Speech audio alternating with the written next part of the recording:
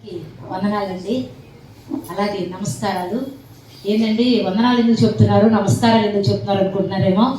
మనకి ముందుగానే తెలియపరిచారు, ER foundation trust అనేది ఒక క్రిస్టియన్స్కి మాత్రమే కాదు కాబట్టి క్రిస్టియన్స్కి వందనాలు చెబితే మరి మిగతా వాళ్ళకి మనకి నమస్కారాలు చెప్పాలి కాబట్టి అందుకని అందరినీ మనం ఎవరిని కూడా తక్కువగా మనం చూడకూడదు.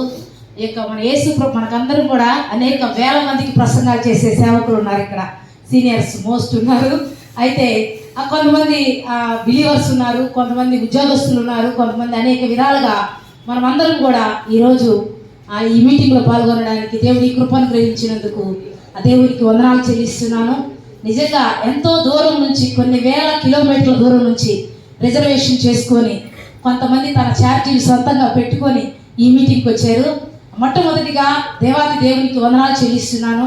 తర్వాత ఈ యొక్క మీటింగ్ ఏర్పాటు చేసిన ఈఆర్ ఫౌండేషన్ ట్రస్ట్ చైర్మన్ గారైన ఎస్తేర్ రాణి గారికి మనం ఒకసారి గట్టిగా చప్పట్లు కొడతాము, అభినందించాము. ఎందుకంటే ఆవిడ పిలువబట్టే మనం అందరం కూడా ఇక్కడ ఉన్నాము. తర్వాత మీరందరూ అనేక మంది దైవ సేవకులు, స్టేట్ కమిటీ లీడర్స్, జిల్లా అధ్యక్షులు అనేక మంది ఇక్కడ ఉన్నారు కాబట్టి మనందరి కొరకు మనం ఒకసారి గట్టిగా చప్పట్లు కొడుతున్నాము. చప్పట్లు కొట్టమన్నప్పుడు అక్కడక్కడ కొడుతున్నారు. అందరం కలిసి ఉత్సాహంగా ఉందాం, ఎందుకంటే మంచి అందరూ కూడా టిఫిన్ చేశారని నేను అనుకుంటున్నాను. ఎవరైనా టిఫిన్ చేయకుండా ఉంటే మనం త్వరగా టిఫిన్ చేసి ఇక్కడ కూర్చున్నాం. ఎందుకంటే మీటింగ్లో అనేక మంది అనేక సమస్యలతో వచ్చారు.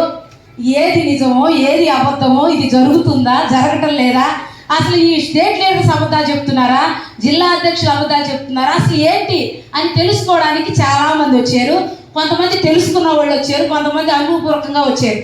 అయితే నేను వాళ్ళందరి గురించి చెప్పను, కానీ నా గురించి నేను పరిచయం చేసుకొని నేను ముగించాలని నేను ఆశపడుతున్నాను. ఎందుకంటే ఈ యొక్క ఈఆర్ ఫౌండేషన్ ట్రస్ట్ అనేది అసలు మాకు తెలియదండి. ఇందాక మనకి స్టేట్ కమిటీ లీడర్ గారు యేసరత్నం అయ్య గారు మీకు నిలబడి మాట్లాడారు. అయ్యగారి ద్వారా నేను వచ్చానండి, అయ్యగారి ద్వారా పరిచయం చేశారు అమ్మగారికి. అయితే మాది కర్నూలు జిల్లా, ఒక మారుమూల గ్రామము, అది ఒక నక్సలైట్ ఏరియా తిరిగే ప్రాంతము, పావురాలు గుట్ట, వైఎస్ రాజశేఖర రెడ్డి చనిపోయిన ప్రాంతము. ఆ ప్రాంతంలో ఒక మారుమూల గ్రామము. మా గ్రామం చూస్తే మీరు ఎవరు ఇక్కడ ఉన్న వాళ్ళు ఎవరు కూడా రారు. అలాంటి భయంకర, అంటే పేదవాళ్ళు అన్నానికి తినడానికి ఉండదు, బట్టలు కట్టుకోవడానికి ఉండదు, అలాంటి పేద పరిస్థితి. రోడ్డు అంతా పశువులు పేడతో వాసన కొట్టింది. అలాంటి భయంకరమైన ప్రాంతం మా ప్రాంతం.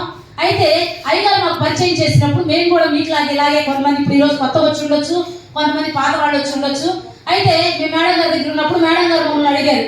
మేము అస్సలు నమ్మలేదు. ఈఆర్ ఫౌండేషన్ అంటే ఇలాంటివి ఎన్నో వస్తాయి, ఎంతో మంది డబ్బులు కట్టించుకుంటారు, మోసం చేశారు, అనేక మంది నష్టపోయారు, కొన్ని కోట్ల నష్టపోయారు, వీళ్ళు కూడా ఏదో మన దగ్గర డబ్బులు కట్టించుకోవడానికి ఏదో మంచి స్కామ్ వేసారు అని మేము అనుకున్నామండి. మీరేమనుకున్నారు? మీరందరూ మంచివాళ్ళు అలా అనుకోరు, మేమైతే అలా అనుకున్నామండి.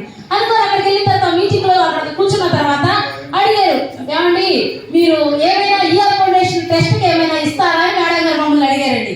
అప్పుడు మేమేమన్నామంటే, ఏంటి మేడం గారు ఏదో ఇస్తే మా సంఘస్థులు పంచుకుందామని వస్తే మమ్మల్ని 10 మంది అడుగుతున్నారేంటి అని అనుకొని సరే అసలు చెబుదామా వద్దని నేను చెప్పానండి. ఏమండి మేమైతే మీరేమో ఇస్తారని వచ్చాం, కానీ మీరు అడుగుతున్నారు కాబట్టి పేదవాళ్ళు, సరే మనం అనేక మంది పేదవాళ్ళకి సహాయం చేస్తూ ఉంటాం. క్రిస్మస్ వచ్చినా, జనవరి వచ్చిన అనేక వందల మందికి చేస్తూ ఉంటాం.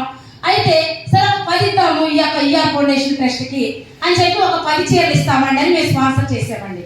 చేసిన తర్వాత మేడం గారిని నమ్మలేదండి. మా సొంత ఛార్జీలు పెట్టుకొని 2000 రూపాయలతో వచ్చాం విజయవాడ. అయితే మేము మనసులో ఒకటి అనుకున్నాం, అయ్యగారితో కూడా అన్నాం, అయ్యగారు 2000 రూపాయలు ఛార్జీ అయిపోయింది, మిమ్మల్ని 10 చీరలు పోగొట్టుకున్నాము, మాకేం లేదండి అన్న. సరే అయినా ప్రార్థన చేసుకుంటాం మనసులో, ఇవి వచ్చాయి కదా సరికి ప్రార్థన చేద్దాం, దేవుని చిత్తం అయితే ఉంటాం, లేకపోతే వెళ్ళిపోదామని. తర్వాత మేడం గారు మళ్ళీ రెండోసారి మీటింగ్కి వచ్చినప్పుడు, అమ్మ మీ ఊరికి ఏం కావాలి అని అడిగారు. నేను ఇచ్చిన 10 చీరలు మేడం గారు ఆ మాట అడగానే అందరి ముందు మాట కోసం అలా అడిగారు. మేడం గారు నిజంగా ఇస్తారా, ఎవరు అని అనుకున్నానండి.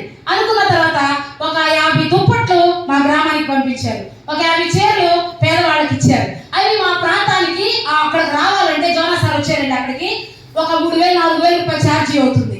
అయితే అక్కడికి సార్ వచ్చారు, కొంతమంది సార్లు కూడా, గురునాథన్ సారు, ధర్మవరం సుబ్రహ్మణ్యం సార్, ఇలా కొంతమంది సార్లు కూడా మేము పిలిచాము. వాళ్ళు కొన్ని కారణాల వల్ల రాలేకపోయారు. సార్ వచ్చారు, యేసరత్నం మాస్టర్ గారు వచ్చారు. అయితే అవి పంచడానికి ఆ మీటింగ్ ఏర్పాటు చేసామండి. 100 మందికి పిలిచాము, 100 మంది చీరలు తీసుకోవడానికి వచ్చారు, వాళ్ళందరికీ భోజనాలు పెట్టాలి.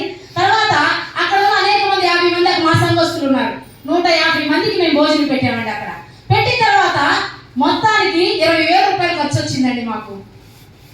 మేము ఇచ్చింది 10 చీరలు ఇచ్చాం మేడం గారికి. మేడం గారు మాకు 100 చీరలు ఇచ్చారు. తర్వాత అక్కడ ఖర్చు కూడా మాకు 20,000 రూపాయలు వచ్చింది. తర్వాత మేము మేడం గారికి చెప్పాం, మేడం గారండి మేము ఇలా ఖర్చు పెట్టుకున్నామంటే 20,000 రూపాయలు మేడం గారు మాకు ఇచ్చేసారండి. వాటికి కూడా చెప్పడం పడతా సార్. మేము ఇచ్చింది 10 చీరలు. తర్వాత మేము ఏమడిగామంటే మా గ్రామంలో ఉన్న పెద్దలు మేము అడిగాం. అక్కడికి సర్పంచ్ గారు, ఈఆర్ఓ గారు, ఎంఆర్ఓ గారు, ఎస్ఐ గారిని ఊరు పర్మిషన్ తీసుకొని అక్కడ అందరినీ కూడా మేము పిలిచాం.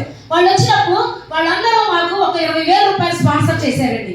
స్పాన్సర్ చేసినప్పుడు మేము మేడం గారికి చెప్పాం, మేడం గారండి మా గ్రామ పెద్దలు 20,000 రూపాయలు స్పాన్సర్ చేశారండి, ఏం చేయాలండి అని అడిగినప్పుడు మేడం గారు ఒకటే చెప్పారు, జిల్లాకు వచ్చి ఒక ఆఫీసు, జిల్లాకు వచ్చి ఒక వృద్ధుల ఆశ్రమం వేయడం జరుగుతుందమ్మా, మీకు